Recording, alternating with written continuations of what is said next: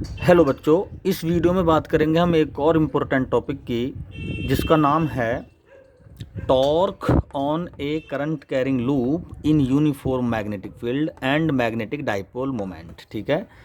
तो जब कोई करंट कैरिंग लूप किसी मैग्नेटिक फील्ड में प्रेजेंट होता है तो उसको एक टॉर्क का एक्सपीरियंस होता है। तो इसी टॉर्क की डायरेक्शन, मैग्नीट्यूड को हम इस वीडियो में ड्राइव करेंगे और डिस्कस करेंगे। हमने माना कोई लूप है ABCD और वो मैग्नेटिक फील्ड B में प्रेजेंट है। ठीक है। करंट I उसमें कैरी है और उसकी लेंथ L और ब्रेथ B है। ठीक। तो इस पर जब हमें पता है करंट कैरिंग वायर अपना खुद का मैग्नेटिक फील्ड जनरेट करता है। ये मैग्नेटिक इफेक्ट है इलेक्ट्रिक करंट का। ठीक है। कि जब किसी वायर में करंट कैरी होती है तो उसका अपना मैग्नेटिक फील्ड जनरेट होता है। मैग्नेटिक फील्ड जनरेट होने का मतलब है कि उसके अपने खुद के नॉर्थ और मैग्नेटिक पोल्स बन जाते हैं, नॉर्थ और साउथ पोल। ठीक है।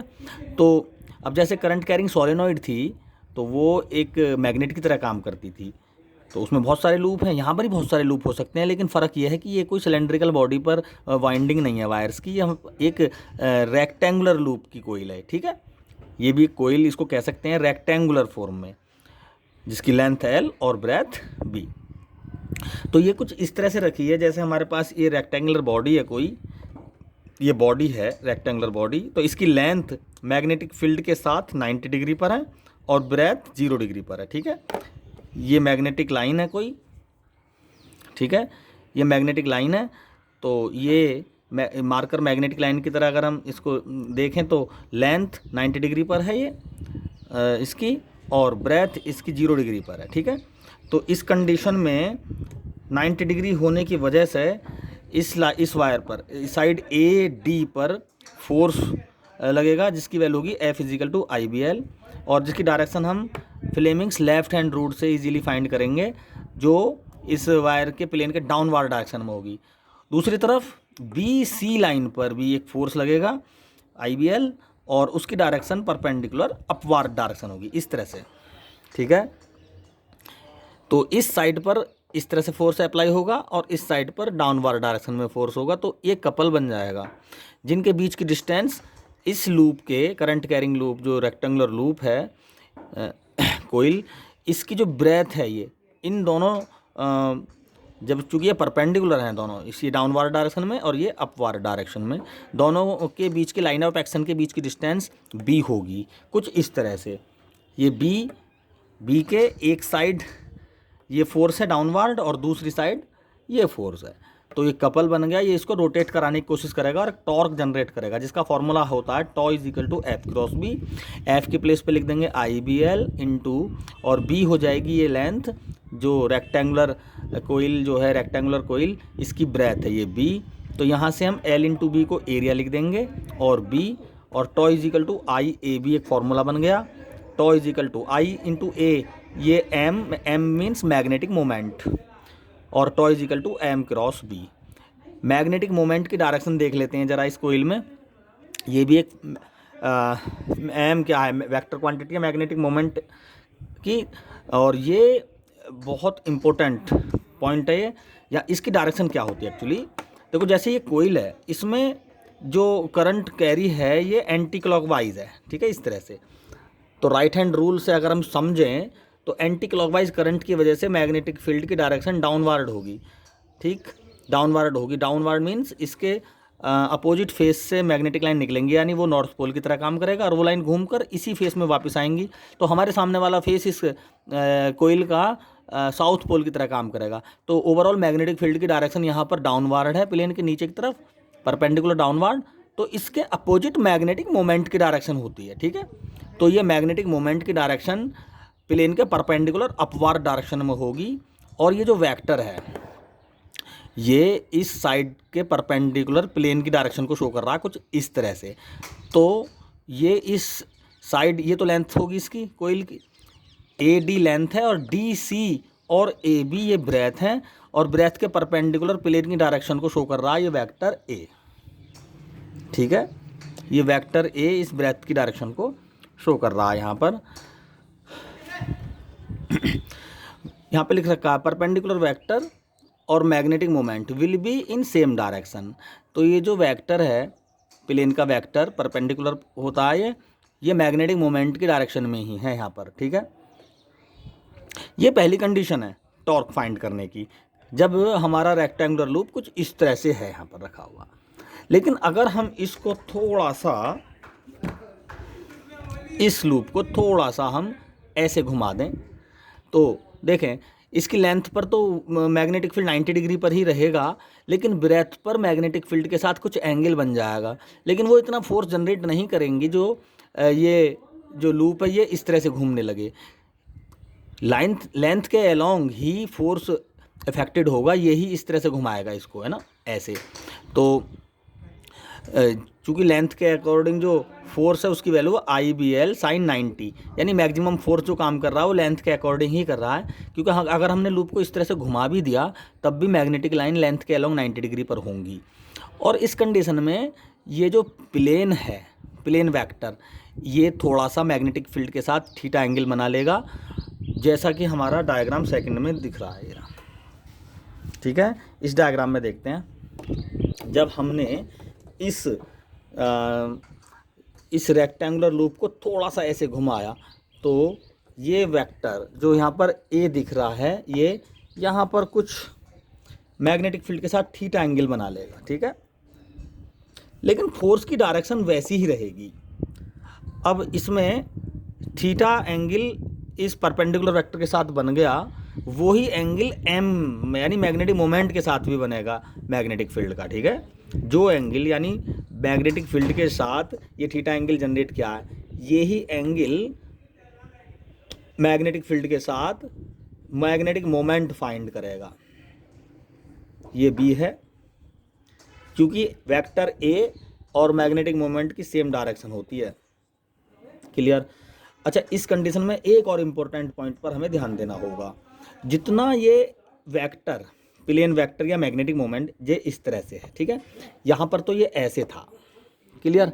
लेकिन जैसे ही हमने थोड़ा सा रोटेट कराया था लूप को, तो ये इसकी डायरेक्शन, ए की डायरेक्शन भी और एम की डायरेक्शन भी इस कंडीशन से कुछ ऐसे हो गई थी, ठीक है, ये हो गई थी। तो मैग्नेटिक फील्ड के साथ ये थीटा एंगल हमने बना रखा। तो यहाँ पर ये मैग्नेटिक फील्ड की डायरेक्शन ये कुछ इस तरह से है, ठीक है, थीटा एंगल बना रहा है। इस स्थिति में फोर्स की डायरेक्शन में कोई परिवर्तन नहीं होगा, कोई चेंज नहीं आएगा। फोर्स जो इस कंडीशन में था, जो पहली वाली कंडीशन में था अपवार्ड प्लेन, इस कंडीशन में, इस डायरेक्शन में था ये, यहाँ पर तो प्लेन के परपेंडिकुलर है ये। लेकिन फोर्स की डायरेक्शन जैसे हम लूप को थोड़ा सा ऐसे से थोड़ा ऐसे करेंगे तो फोर्स की डायरेक्शन में कोई चेंजिंग नहीं आएगी, ठीक है। फोर्स वैसा ही रहेगा जो पहली कंडीशन में था। इस स्थिति में फोर्स के साथ जो साइड बी है उसका एंगल थीटा ही होगा।